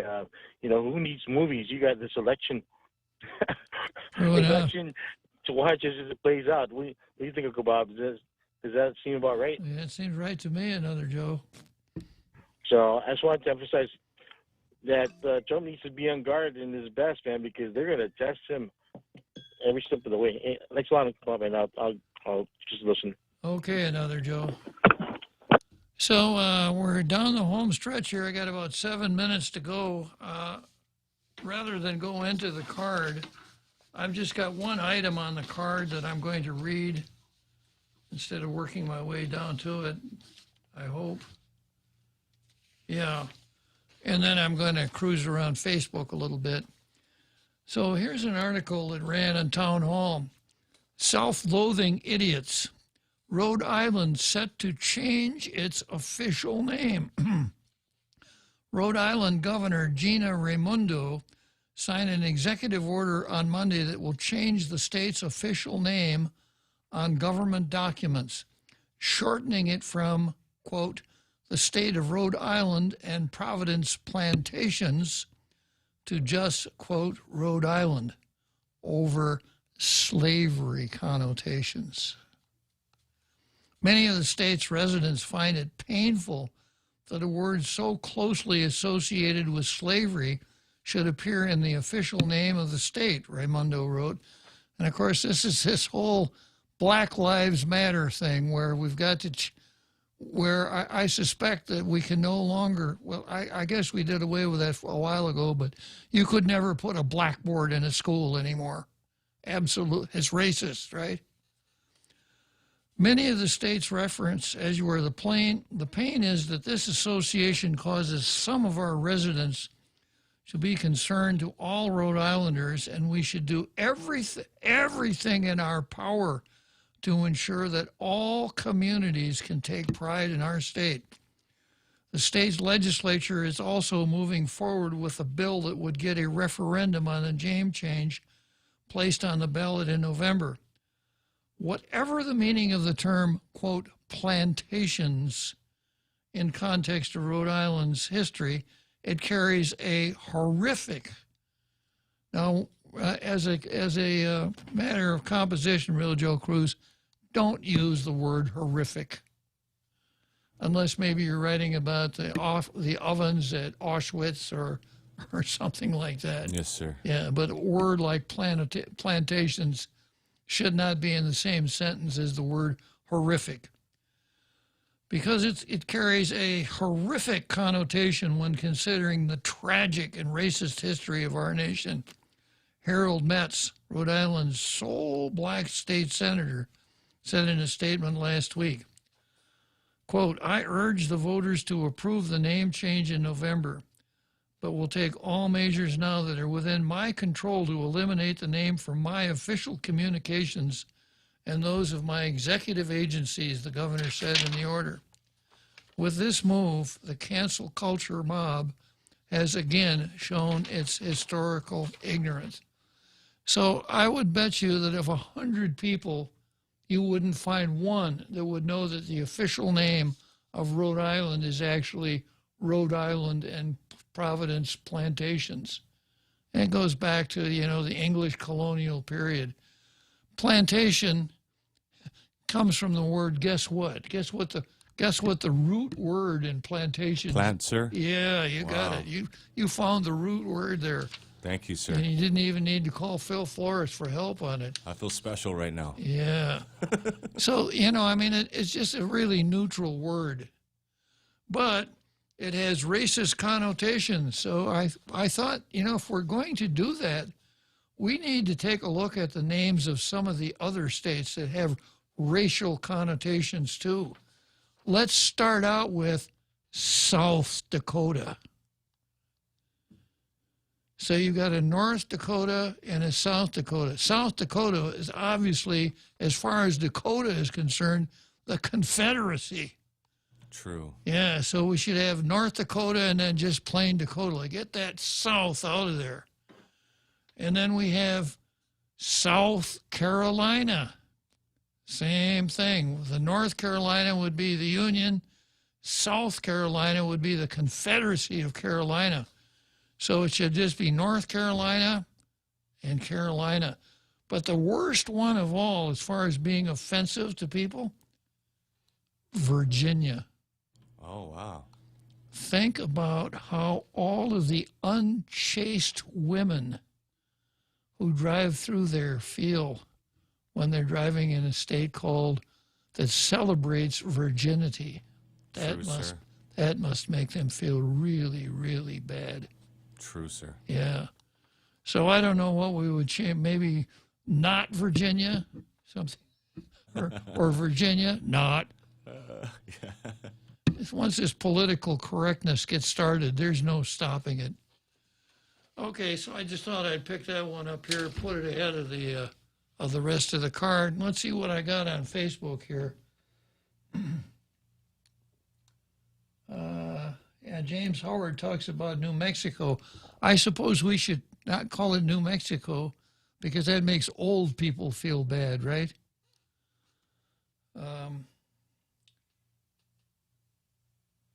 And Jill Pareto said black pepper. That's racist.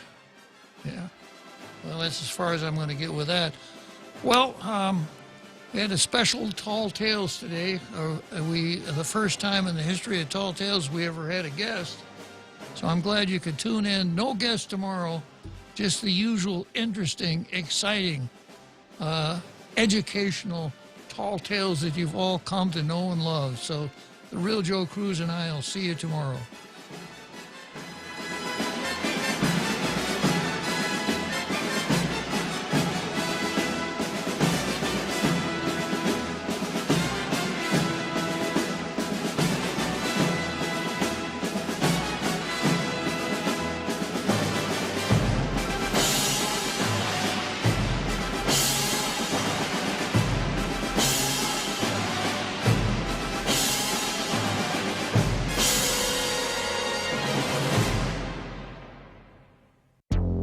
The Point is KUSG, Hagåtña, Guam, 93.3 FM and 104.3 HD3. Another